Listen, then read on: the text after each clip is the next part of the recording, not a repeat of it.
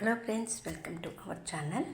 ఈరోజు మనము అంతర్వేది శ్రీ లక్ష్మీ నరసింహస్వామి దేవాలయం గురించి కొన్ని విషయాలు మాట్లాడుకుందాం. అంతర్వేది లక్ష్మీ నరసింహస్వామి దేవాలయం భారతదేశం ఆంధ్రప్రదేశ్ రాష్ట్రం కోనసీమ జిల్లా సెకినేటి మండలంలోని అంతర్వేది అనే ఆలయ పట్టణంలో ఉంది.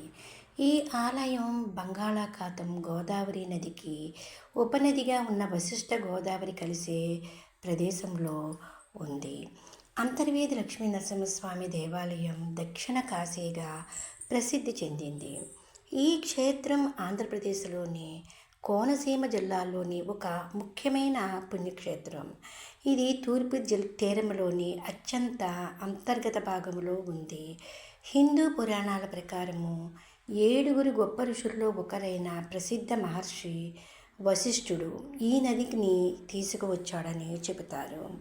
అంతర్వేది నిజానికి వశిష్ఠ నదికి సమీపంలో ఉన్న ఒక చిన్న గ్రామం. ఇది నర్సాపూర్కి అతి సమీపంలో ఉంది. ఈ ప్రదేశము దాని ప్రత్యేక అరుదైన కారణముగా సంవత్సరం పొడవునా ప్రపంచం నుంచి ప్రజలను ఆకర్షిస్తుంది. శక్తివంతమైన బంగాళాఖాతం గోదావరి నదికి ఉపనది అయిన వశిష్ఠ నది కలయిక ఈ ప్రాంతంలో ఉన్నందున సముద్రం నది సంగమించే ప్రదేశాన్ని సప్తసాగర సంగమ ప్రదేశం అని అంటారు. దీనిని స్థానికులు అందరూ అన్నాచెల్లి గట్టు అని కూడా పిలుస్తారు.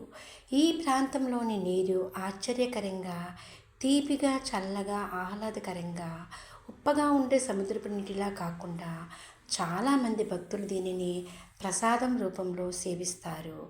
భారతదేశంలో 7 పవిత్ర స్నాన ప్రదేశాలు ఉన్నాయి.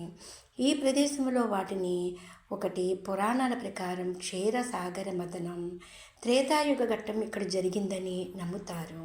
భక్తులు ముఖ్యంగా పాల్గొన మాసం అంటే జనవరిలో, పాల్గొన మాసం మార్చిలో జరిగే డోలే పౌర్ణమి వేడుకల్లో పాల్గొనడానికి దేశం నలుమూలల నుంచి కూడా వస్తారు.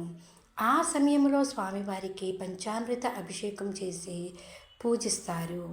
ఈ ఆలయం భక్తులకు ముక్తిని అనుగ్రహిస్తుందని దీనిని ముక్తి క్షేత్రం అని కూడా అంటారు. ఇక మనం చరిత్రలోకి వెళితే ఆలయ చరిత్రలోకి పురాణాల ప్రకారం సృష్టికర్తగా పిలువబడే బ్రహ్మదేవుడు శివునికి వ్యతిరేకంగా చేసిన పాపాల నుంచి విముక్తి పొందాలని కోరుకున్నాడు.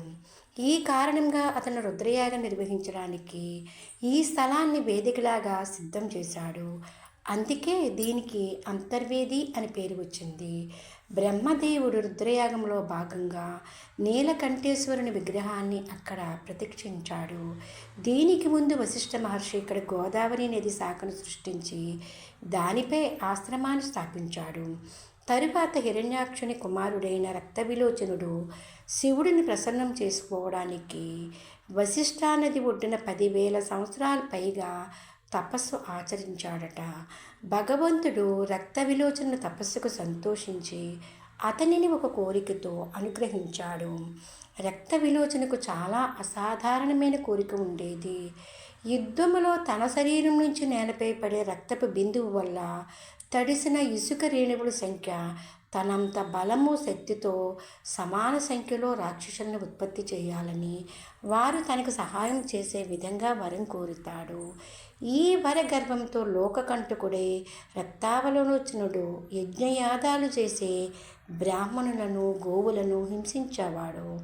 ఇది ఇలా ఉండగా ఒకసారి విశ్వామిత్రుడికి, వశిష్ఠుడికి ఆ సమయంలో జరిగిన సమరములో విశ్వామిత్రుని ఆజ్ఞపై ఈ రక్తావలోచనుడు వచ్చి బీభత్సం సృష్టించి వశిష్ఠుడు 100 కుమారులను సంహరిస్తాడు.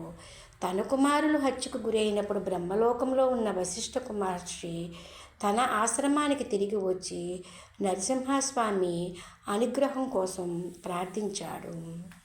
వశిష్ఠ మహర్షి శ్రీ మహావిష్ణువును ప్రార్థించగా మహావిష్ణువు లక్ష్మీ సమేతుడై గరుడ వాహనంపై నరహిరి రూపంపై రక్తావలోచనను సంహరించడానికి వస్తాడు. ఈ నరహరి సుదర్శనమును ప్రయోగించినప్పుడు శివుడు ఇచ్చిన వరం ప్రకారము రక్తావలోచనుడు రక్తం పడిన ఇసుక రేణువుల నుంచి వేలాది రాక్షసులు జన్మించి ఇంకా బీభత్సం సృష్టిస్తారు. నరహరి ఈ విషయం గ్రహించి తన మాయాశక్తిని ఉపయోగించి రక్తావలోచన శరీరం నుంచి పారిన రక్తమంతా నేలపై పడకుండా రక్తకుళ్య అనే నదిలోకి ప్రవహించేటట్లు చేసి రక్తావలోచనుడిపై సుదర్శన చక్రాన్ని ప్రయోగించి సంహరిస్తాడు. ఈ రక్తావలోచనను సంహరించడం చేసిన తరువాత వశిష్ఠుని కోరికపై నరహరి ఇక్కడ లక్ష్మీ నరసింహస్వామిగా పిలిచాడు.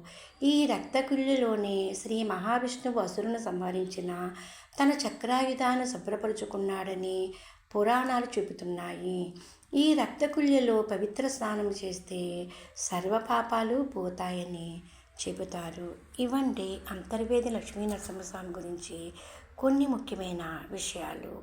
Please like, share and subscribe.